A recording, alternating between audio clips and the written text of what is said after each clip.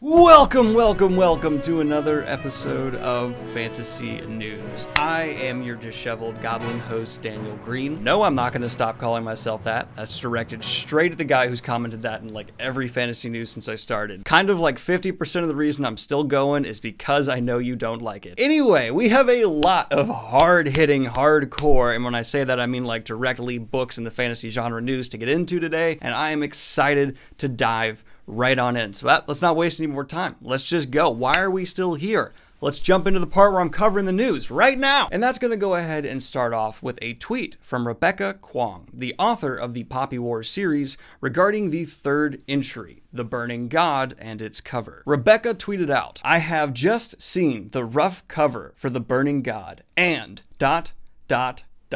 Y'all aren't ready. Let me just say, the back cover has Rin, Nizha, and Kite drawn all together, and it's murdering me." I just love seeing authors get excited about their passion projects, the series they love creating, because we, the fans, if they're excited, just kind of get excited like by proximity. It's like when a dog is around a human and the human's pumped, so this dog is just going nuts too. Kind of feels like that in a weird way. Don't know why this has turned into like a social commentary on modern day fandom, but I'm down for it. I'm excited, and I can't wait to get my hands on The Burning God. But before we move on to the next story, quickly a word from today's sponsor. And today's video is brought to you by Exter Wallets. This is a product I really like, and after they sent me a wallet to try out, I have my own paranoias with my wallet, and this solves a couple of them. So here's the wallet I was using before I got this Exter sent to me. I have beef with Fossil wallets now because this wallet sucked. Getting out my ID literally takes just a ridiculous amount of force, and because of that, it's already having some of the stitching wear out. Well, Exter does not have that problem because I can just do this,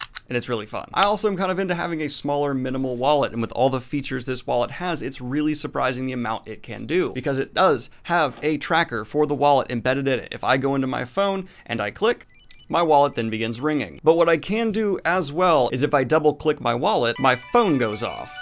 So not only does this wallet prevent you from ever losing your wallet due to have a tracker that is rechargeable by putting it in the sun, solar powered for just 2 hours, for 2 months of battery life in it, but you can do the inverse, where if you have your wallet but you've lost your phone, bam. Also, this is just a feature I find baffling, but it's kind of cool. I can now take a selfie with my wallet. So here you go. There's the selfie I just took. Hey Siri, ring my wallet. You can even do that. So if you're someone like me who has lost their wallet before, go ahead and use the link in the description down below and use the coupon code DanielGreene-15 for 15% off your Exter wallet. Now, it has been confirmed a new Malazan novel will be released this year. Ian Cameron Esselman's The Histal, which is going to be the 4th volume in Path of the Ancestors series, is going to be released November of this year. It is speculated to focus on the Empire's expansion into the islands of Falar. Interesting to hear. Now, Steven Erikson himself also has apparently another Malazan book, which is nearing completion, and is said to be due out November of 2021. Though, if it is being finished ahead of schedule, it's possible to see it released earlier. The Steven Erikson Malazan novel is reportedly called The God Is Not Willing and will be the first entry in a new Malazan trilogy. And as someone who is getting into Malazan now and just finished the 4th book, dear God, am I ever going to be able to finish? They keep putting out more, and it's already so much, and it's such an intense series to read. Oh my God, this is just gonna haunt me until the days I die. The last words I'm gonna hear is a fan leaning closely into my ear and just whispering on my deathbed, "But you didn't finish Malazan." Now, continuing on into a story I actually could not read and can only report based off the title of. I'm sorry, I know I shouldn't do that, but I got to here. We have a sneak peek for the upcoming Dresden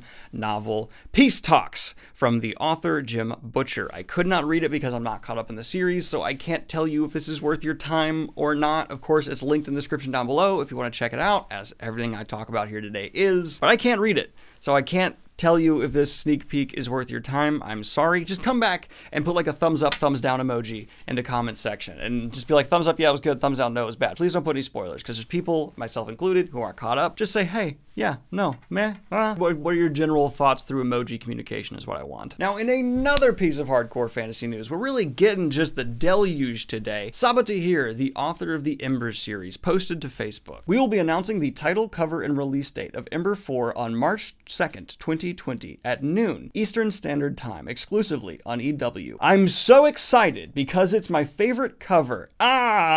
And also, no more When is it out? You slow lady questions. Dancing emoji, dancing emoji, dancing emoji, fire, fire, fire, skull, skull, skull emoji. That's very exciting for the Ember series. Since the last time I brought this series up on another episode of Fantasy News, a lot of people have told me it's worth checking out. It's officially on my radar and maybe going to be transitioning into my TBR based off that. So good news there, and excited to hear this from Saba Tahir. Some people seem to get frustrated with me when I say like, oh, I'm excited to hear there's gonna be another entry in this series. When I haven't read the series, people are like, you can't be excited, you haven't read it. I get excited for other people a lot, and I know there's fans, and so I'm like happy for them. Can I not be happy for people who are gonna enjoy this book? Why you gotta be so mean? Now we have an update from author Nicholas Ames. Well, not really an update, just more like a reminder, but I wanted to include it here for a couple of reasons. Basically, someone was reading Kings of the Wild, this Twitter user here, and they tweeted at the author of Kings of the Wild, Nicholas Ames, their appreciation for his work, and basically inquired about the adaptability and plans to adapt. Nicholas Ames himself responded, "Thanks, I'm glad you're loving it so far. The TV rights have been sold, and we'll be shopping it around soon, so fingers crossed." Yeah, I've kind of covered that this is already happening before here in Fantasy News, but I do like that it's reaffirming it's the TV rights, which I think is the way to go for Kings of the Wild. And on top of that, that it will be shopped around very soon.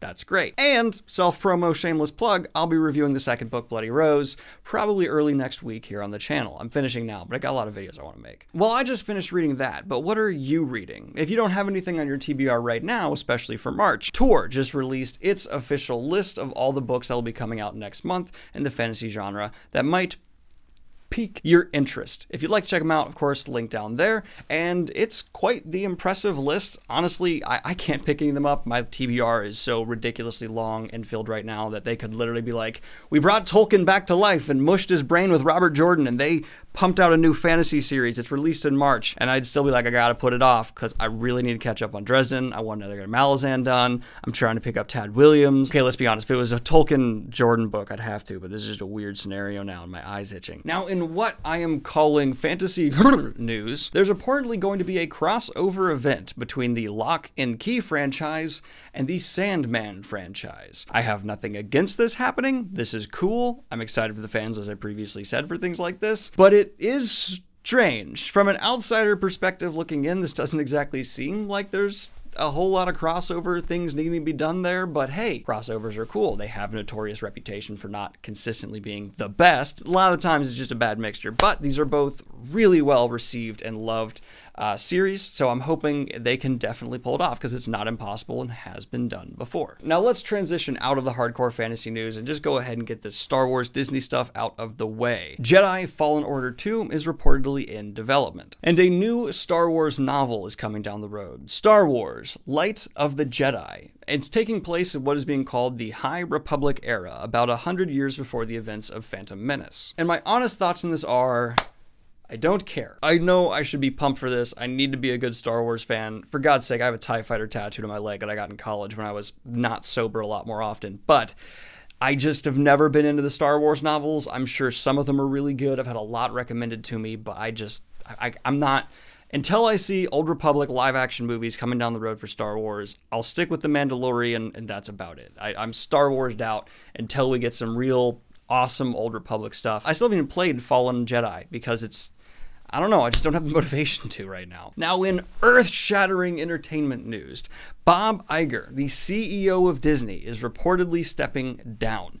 This is a fresh story, and there's a ton of speculation of happening into why. What I can tell you is the official statements. No, it does not mean he's completely separating himself from Disney. In fact, apparently he's still going to have a lot of creative control in the future, and that's where he wants to focus his efforts. But in terms of the title of CEO, he's out. He's gone. A lot of people are saying there must be something scummy behind the scenes or a scandal. Can't say for sure there's not, but the fact that he's still going to be involved, maybe there's just something going on in his personal life. I don't know why. The stress of being a Disney CEO for 15 years has to be massive. So whatever's happening, I'm sure we'll probably never know the entire truth.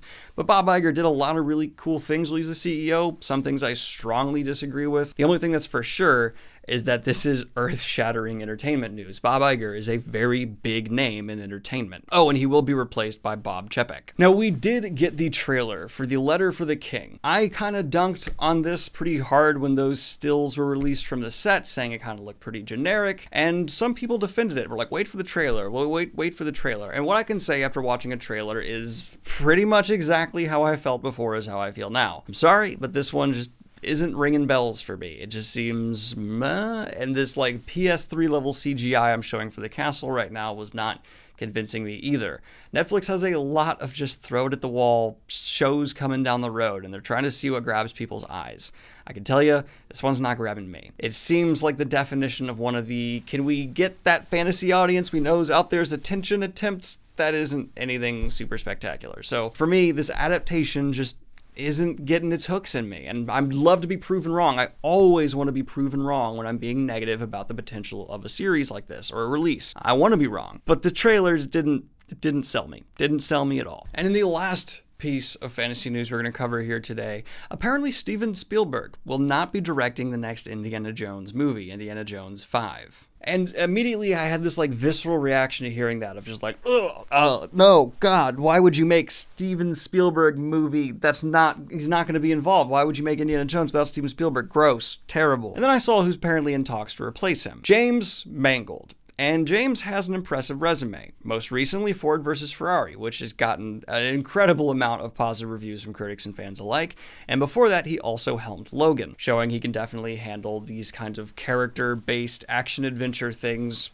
with a great director's eye. Logan is widely considered one of the best superhero movies of the last few decades. So I don't hate his involvement, but I will say, as a 90s kid who grew up watching Spielberg, it feels very wrong to continue on a Spielberg franchise without him. Just look at what's happening with the whole Jurassic World. Not a fan of that. I know some people love it, I'm not. So I'm conflicted. I'm really torn on this one. I like the new director quite a bit, but Indiana Jones is like Spielberg's, I don't know, to me it's always been like his flagship. It's his big, this is who I like, adventure, action, me, Spielberg, yes. Obviously he has other bigger individuals things, but in terms of series, I don't know, it just feels wrong. It feels weird. I hope it's so great that it can just like win me over from having this like reaction. But that's going to be the last bit of fantasy news we cover here today.